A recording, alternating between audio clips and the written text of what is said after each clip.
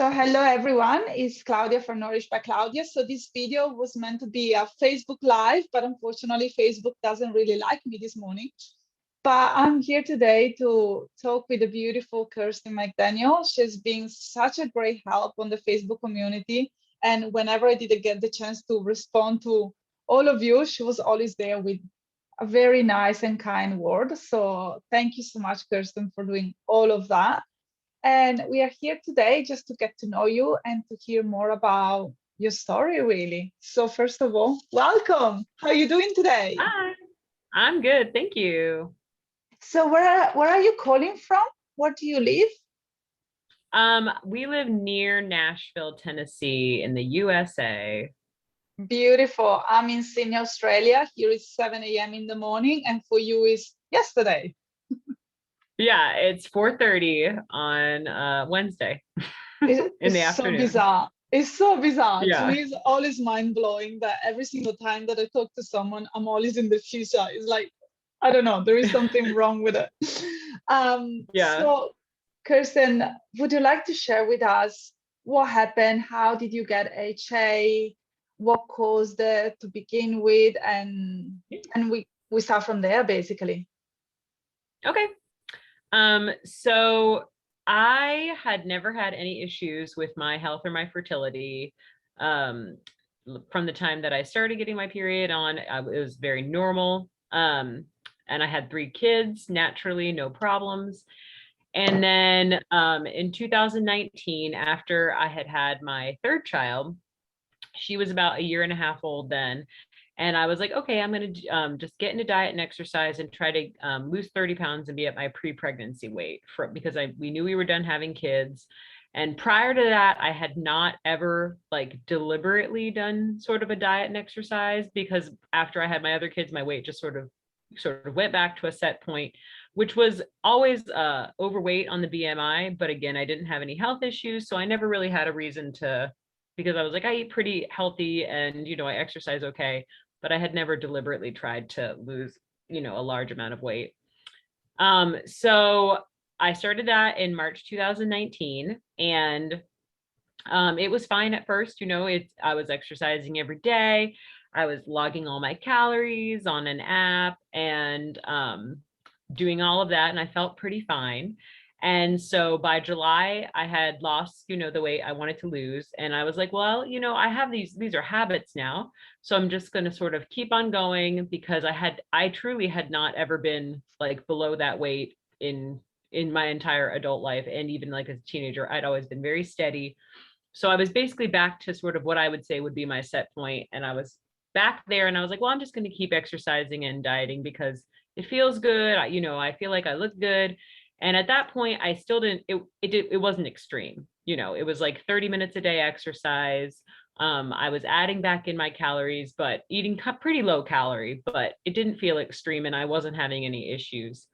So I kept persevering. And so by the end of 2019, I had lost 50 pounds total from the start when I started and still was not underweight, didn't have an eating disorder. Everyone said, you're very healthy, you look so good, whatever. And I felt fine at that point. And then in the beginning of 2020, I had really sort of ramped up my exercise. I was like, okay, I'm really going to get it now. And I had started intermittent fasting during that because that was really recommended to help with weight loss. So I was exercising fasted. And in February of 2020, my period was late, which was unusual. And now looking back at the signs, my period had actually gotten shorter first. Like it had gotten to exactly like 28 days on the dot for a couple of months. And then it was late. So I was like, okay, this is really weird because I know we're not pregnant. And I went to the doctor, but then I got it. And I was like, okay, well, that was weird. But then in March, I didn't have one at all. And April of 2020, I didn't have one at all. And that was the beginning of COVID shutdown. So I thought, well, I'm just maybe stressed. And I had actually seen my gynecologist in April for my exam, like my yearly exam. And she was like, well, it's probably just stress because I hadn't lost any additional weight, between January and April. And she's like, it's probably just stress. If you don't have one for 3 months, we can put you on 10 days of progesterone or whatever, and then you'll get a bleed and your body will probably get back into a rhythm. She never said anything about what could have caused it besides being stress. And I was like, okay. And she didn't say anything else. Just if it doesn't come for 3 months, then we'll do this other thing. So I was like, okay. Well, then in May 2020, I had a period. And I was like, okay, well, it's back. But I had also gained a couple of pounds because we were in COVID shutdown. And so I kind of was stressed about that because I was like, okay, I don't want to gain any weight. Like I was actually kind of like, I just want to stay right here. So I amped up my exercise, doing like 30,000 steps a day. I was like, I'm going to amp it up, eat exactly 1,200 calories, and then in June of 2020, no period. And then none again until I recovered my period in April of 2021. So I had HA for 10 months total, but some of that was after I knew what it was and recovering it. So yeah, in June 2020, no period at all. So I was like, okay. But again, at that point, I had no idea that my diet and exercise had anything to do with it because no one had ever mentioned it. And other than the not having a period, at that point, I felt okay physically. But I noticed things starting to break down after that in my body, after being what I would say was like, I felt, like I was so healthy. So I actually did lose additional weight. And then in August of 2020, I had like my regular yearly physical, and I was at, the lowest weight I'd ever been in years and years and years. But again, still not underweight, still never had an eating disorder. So to look at me, I just look like a sort of fit average person, not extreme in any kind of way. So my BMI when I lost my period was like 23. So I was not like super lean. I don't feel like I fit the picture, which is why I don't think doctors mentioned it. So in August, I had my physical of 2020. And my cholesterol came back super high, and they called me and they were like, you probably need to get on cholesterol medication. And I was like, that does not make any sense because I eat like only vegetables and I work out every single day and I've lost all this weight. So I wouldn't go on the medicine. I was like, I don't think that. I was like, I'm really not worried about my cholesterol. Like, this doesn't make any sense. And so that point, I had not had a period. So by November, I was like, okay, I guess I'll do this, progesterone challenge or whatever. And I didn't bleed. And I was like, okay, well, she said that if I didn't bleed, I should go back. So at that point, I was feeling the other physical symptoms, but still not knowing what they were. But I had mentioned to both the doctors, my hair was falling out. I was peeing all of the time, and they actually sent me to a pelvic floor physical therapist because they thought that was why I was peeing all the time, because I had my kids. And I was freezing cold. Like I cannot describe to you how cold I was all of the time. Like I worked at a preschool and I would go into work wearing like 3 shirts and like a coat and just like be frozen all winter. And my nails were breaking, my sleep was horrible, my anxiety was high, of course, no sex drive. And it was just one thing after another. And I was just so depressed. And I was Googling like depression. Like I was like, I'm just depressed because we've been in lockdown, I just must be depressed. So then I went back to the doctor in December and I told her that I didn't bleed from the progesterone. And then she seemed concerned. And she was like, okay, well, you last had a period when you were about 10 pounds heavier than this. So maybe you need to gain back 10 pounds. But she didn't say anything about like how. She was like, maybe your body just needs to be 10 pounds heavier, and never said hypothalamic amenorrhea. But she was like, maybe you need to gain 10 pounds. But in the meanwhile, I want you to do 1 month of birth control pills. And then if you don't bleed at the end of that, then it's really bad and you're going to have to come back and take other medicine. And I was like, okay. So I went home and I was like, I know that this is, I don't think this is the right way. I just like knew in my like heart, I was like, this does not seem right, that she's just trying to give me more medicine. Something is wrong. So I just literally went on Google and just typed my symptoms and there came up, and I started reading about it. And at first I was in a bit of denial because I was like, well, this doesn't fit me because I'm not an athlete and I don't have an eating disorder and I'm not underweight. But I was like, but I have every symptom. So I really think this is what I have. And of course, I didn't bleed after the month of birth control pills, obviously, because my uterine lining would have been so thin. So in January, I contacted one of my friends. She's actually a registered nutritionist and dietitian. And so I got talking to her and I was like, listen, do you think you can help me? Like, I think this is what I have. And she was like, oh, I definitely think that's what you have. So yeah, I started working with her in January and then February. And then yeah, that was the start of my recovery, was in January of 2021, was after I realized like what I had and what I needed to do to fix it. And it all seemed very intimidating, but I knew that I could not keep on doing what I was doing just for the sake of maintaining that body, because I felt really bad. So from what I'm hearing, you are severely undernourished. You are eating less than 1,200 calories a day. Plus, you're basically training every single day. But because your BMI was never below 20, all the doctors were never really concerned to start with. And plus, they kept giving you one medications after another. So they even wanted you on a cholesterol medications. And now we know that cholesterol is the father hormones that produces the sex hormones. So if you don't have enough sex hormones, obviously the cholesterol increases because it's trying so hard to give what your body really needs. And there is this massive misconception out there that you need to be skinny, you need to be fit, or you need to be running marathons to suffer from hypothalamic amenorrhea. But most of my clients, they have a very healthy BMI, which is why I think that the BMI is completely bullshit. Because if a person comes to me and is experiencing all the symptoms, how can you send that person away with a pill? You must be doing your due diligence and just ask sometimes about the diet, the exercise routine, the stress level, instead of just telling someone, take the pill and that's going to fix it. But anyway, I don't want to open the Pandora box. And today is all about you, because they told you that you needed to gain weight. You asked the support of a professional. How did you do that? Because most of the women that are going to listen to this video are shit scared of changing their body. Yeah, I was definitely scared because I had a lot, I had a lot of pride in what I had done. I had worked really hard and I felt like I've done this thing, I've done the thing you're supposed to do. I had my kids and then now I have a body that's better than before I have kids. And everyone is complimenting me and everyone is telling me, asking for advice and asking, how did you do it? Oh, you have such self-control.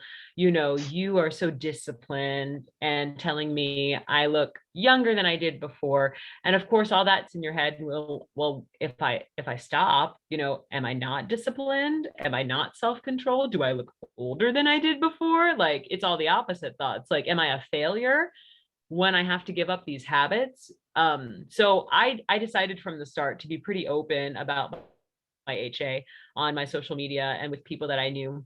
And I just put it out there, like, straight from the start, because I was like, I know this is going to be, I was like, this is going to be a thing. And I was pretty open about the diet and exercise. So I felt like I needed to be equally as open about the opposite, because I felt like I didn't want to lead people astray and make them think that all these things I were doing were healthy habits, when in the end they had been unhealthy habits. They had become unhealthy habits.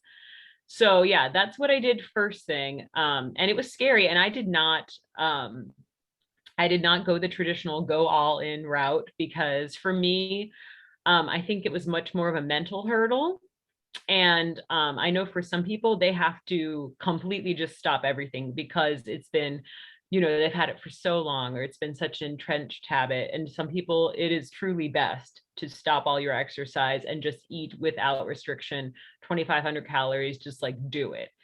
Because for some people, you really, really need that. So I am definitely not saying there is a one size fits all for this recovery. I've seen women and talked to women who've recovered their periods, doing different things. So all in is a very valid way for many women. For me, I was like, okay, I can't give it up all at once. And I also didn't want it, but I didn't want it to take super long, because I know you can drag your own recovery out a long time if you don't really just stop. And I had already not had a period then for 6 months. And I was like, I really don't want this to go on longer than it has to. So yeah, I started by taking down my intensity and my duration of my exercise from doing pretty hardcore like cardio and HIIT and weightlifting and stuff. And I just took it down and watched my heart rate to stay under 100 beats per minute, whatever I was doing. If it was walking, if it was weightlifting, if it was on the stationary bike, I did take one at the very beginning. I took a full week off of exercise to let my body rest and say, okay, what do I need to do? What do I want to do? And then sort of recalibrated what I wanted to be doing with my body as I recovered. So that was one thing I did for sure. Just took that all down several notches and also recognized that exercise was no longer going to be something that was going to be for weight loss for a while. Like that was just not even a concern. Like I'm going to move my body to keep flexible and mobile and keep my, heart healthy and stuff, but weight loss is like not even a thing. And then as far as food, I feel like, so I never did anything like keto or paleo or anything when I was dieting. Like I never eliminated entire food groups, but I was eating such low calorie that it was whatever I wanted to eat, I made sure it fit in those calories. So, okay, if I want to eat a bowl of pasta, it's going to be just this much pasta and then vegetables or whatever. It was all like, I'm still having, I never really felt like I wasn't having the things I wanted, but the intermittent fasting was, I think, the biggest contributor. And honestly, it is something that I would, and that I have started to highly, highly recommend women do not do, because I've learned how damaging it can be to hormones. And I know there are particular health issues that, and maybe a postmenopausal woman who it might be a benefit to, and it wouldn't really affect her hormones. I'm gonna pause it for a Yeah. second, because for all the women that are listening to us, intermittent fasting has been shown to be completely detrimental for a woman in the fertile window.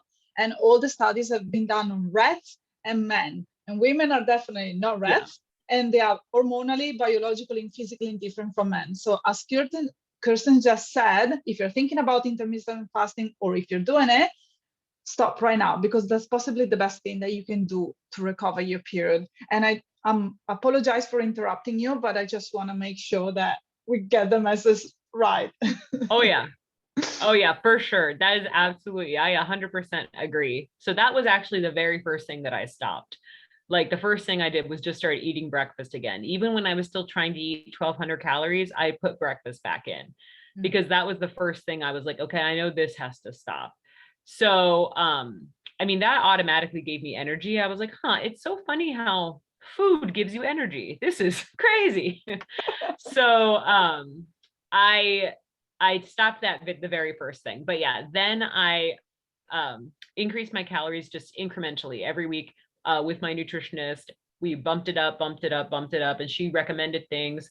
She's like, eat full fat dairy instead of low fat dairy, just taking things I was already doing and just swapping it back. She's like, eat your whole grains, don't be afraid of bread, eat bread. She's like, it doesn't mean you have to just feel like, a lot of women feel like, well, am I just supposed to eat junk food? Or it's mentally stressful. They feel like they have to give up all these things.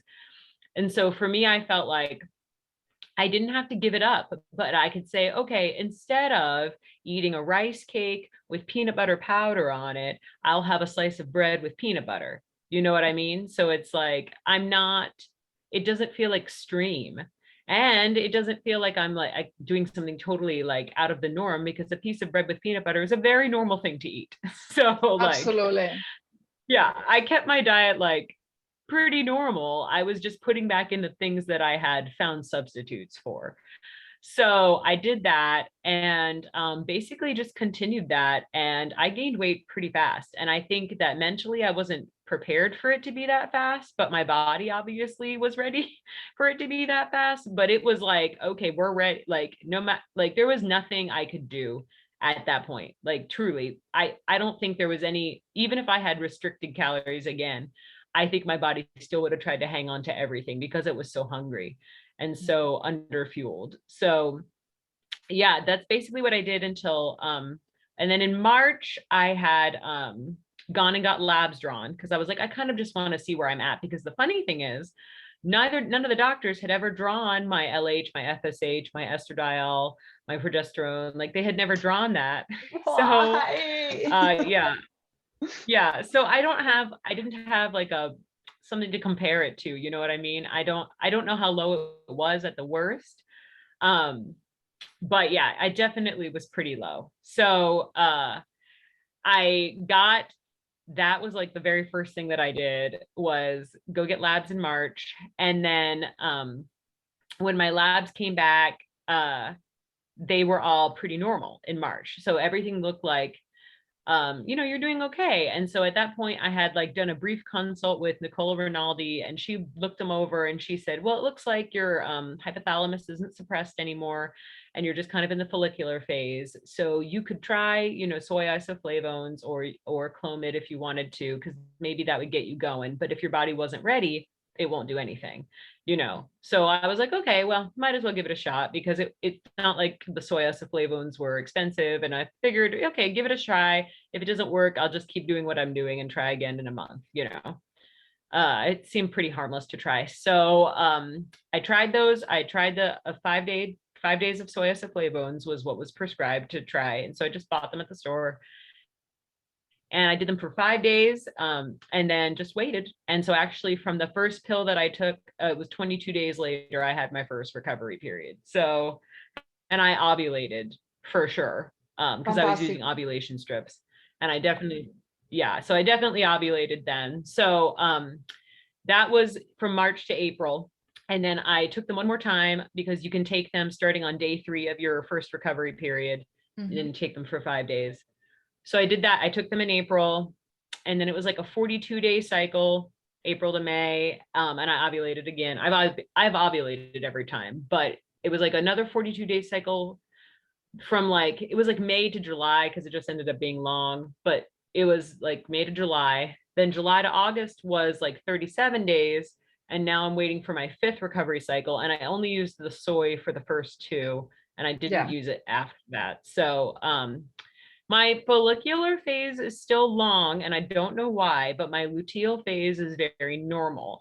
And I still haven't figured out why that is. And since they're not getting longer, but they're also not really getting shorter, this one that I've ovulated for right now looks like it's going to be around 40 days. It might be 39. But yeah, they're not getting longer. So I'm a little bit baffled about that, but my luteal phase is good, which I know is pretty important. So still don't know about the follicular phase. And that's a bit of a mystery that I'm still trying to work out. But to be honest, Kirsten, that, from clinical experience, it can take quite a few periods before they actually regularize. It can take up to 1 year. And normally when the follicular phase is long, it means that your estrogen level is not really optimal. So your body is taking quite a little bit of time to produce enough follicles. So you get to a point where your LH increases and the follicle bursts, and then you produce progesterone and you have menstruation. So the second part of your cycle is working fine. The first part is simply due to possibly the lack of a proper level of estrogen, but that's something that you're working on, because by implementing rest and by eating the right foods, you possibly just need to give yourself some extra time, and that's all your body's needing right now. Yeah. And I actually had my yearly physical with my regular doctor. So I have gained like 30 pounds total from last August. So I had my physical, and I explained to the doctor about the HA, and she was like, yep, okay, cool, like makes sense. She didn't have any concerns because my blood pressure was good. And then my labs came back, and she said that my good cholesterol was like amazing good. Like my cholesterol was like ridiculous good. And I'm like, that's so funny, because I am 30 pounds heavier, but my cholesterol is like amazing now. So, and I didn't change anything except fixing my HA. So having high cholesterol was just a proof that your body was really struggling back then. And do you know what I really love about your story? That you decided that all in wasn't really the right thing for you to do. And I agree with that. It suits some women perfectly. Other women, they just can't go all in, and they need to go in slowly and to take one step at a time, which is actually what I did. It took me 10 bloody years, but don't look at me. I suffered from hypothalamic amenorrhea twice before I decided to be over and done with it. But I decided to do it slowly. and most of my clients, they do it slowly because it can be quite scary and overwhelming to change from 1 month to the next. And you ask for help. So you obviously can decide to recover from hypothalamic amenorrhea on your own. But that makes it really, really intense, because I'm pretty sure that you got to a stage where you had more questions than answers, and having someone by your side was really, really helpful, especially when you were faced with mental hurdles, because sometimes it's not really about increasing the caloric intake and decreasing the exercise, but it's also about the anxiety around your weight gain and around all the other symptoms that you're experiencing, and about your period being late and all of that. So Yeah. good on you for actually reaching out for help, because so many women, they just don't do it, and after 2 years of trying to do it on their own, they finally give up and they're like, yeah, help me out, please. So Yeah. So well done, you. And how Yeah. are you feeling And now? Oh, sorry, didn't mean to interrupt you. What you were saying? Oh, you're fine. Oh, I was gonna say, I'm just thankful that I was able to find people who knew about like what it was. Absolutely, and that's massive. That's key. And unfortunately, lots of women have to face gynecologists, fertility specialists, and doctors that they never mention HA. And most of the women that I'm working with, actually, they were misdiagnosed with PCOS, even when they were undernourished and overtrained, which baffles me. How is your body feeling right now? What about all the symptoms that you are experiencing, like the extreme cold and hair loss and all of that? How is that going?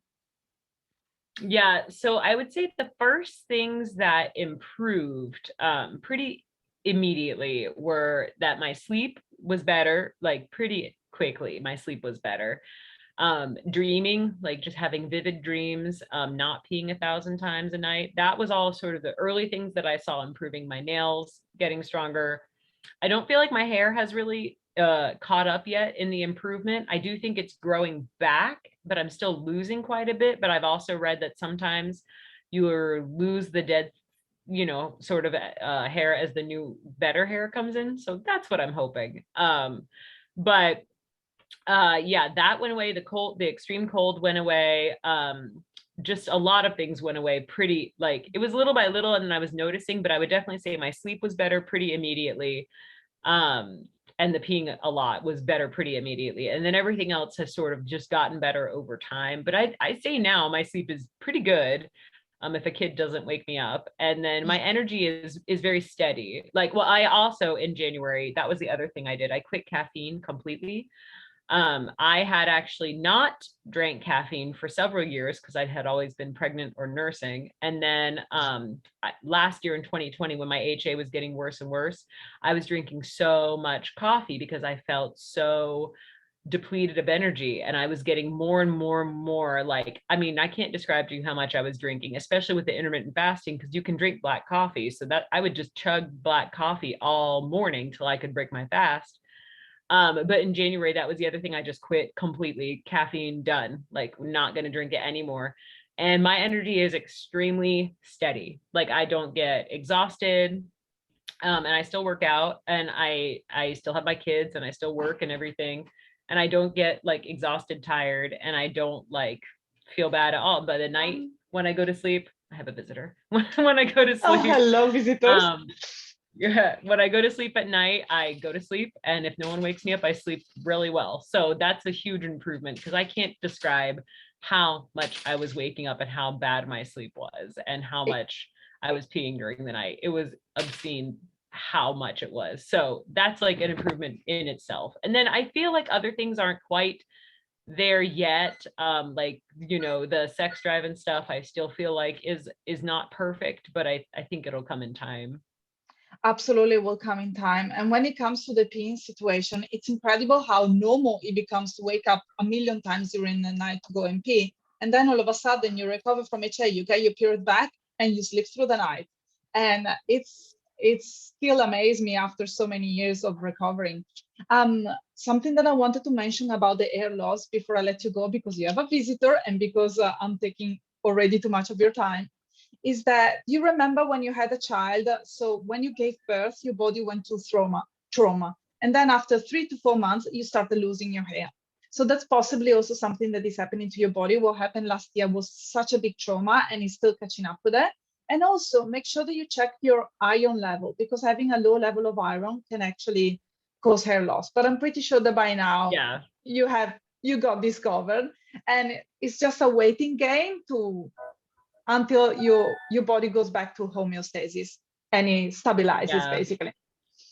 Yeah, So, I take a lot of supplements, and I do see a lot of people in the groups, they ask for like recommendations on, what supplements can I take to fix your HA or whatever. I'm like, listen, none of the supplements I take fix my HA. My supplements like are a good support, but if you're not doing the changes in your habits, the supplements will not cure you. Like nothing will cure you. That's another message I like to tell people is like, look, you can't cure this with supplements and vitamins and potions and pills. You have to change your habits. Like that's the 100%. only way.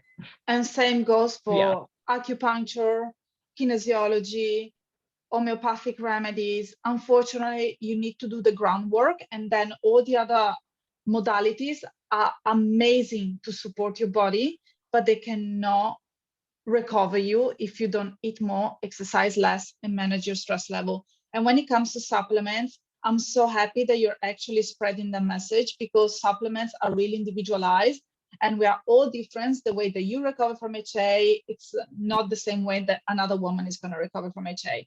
So it's really important for everyone to just watch this video, take all the good stuff from it, but also remember that each one of us is on a different journey, and we just have to focus on what's happening on our life. Kirsten, thank you so much for this morning, your afternoon. It was such a pleasure talking to you, and I'm pretty sure that everyone on the group is gonna love this video. So I'm gonna share it as soon as possible, so everyone can just, I don't know, have a cup of coffee while listen to this. Actually, not a cup of coffee, a cup of decaf coffee. I still drink decaf coffee because I truly enjoy it. But I love my caffeine. decaf coffee. Yeah, no caffeine. All righty. Well, thank you so much, Kirsten, again. And I talk to you on the Facebook group. Okay, thank you.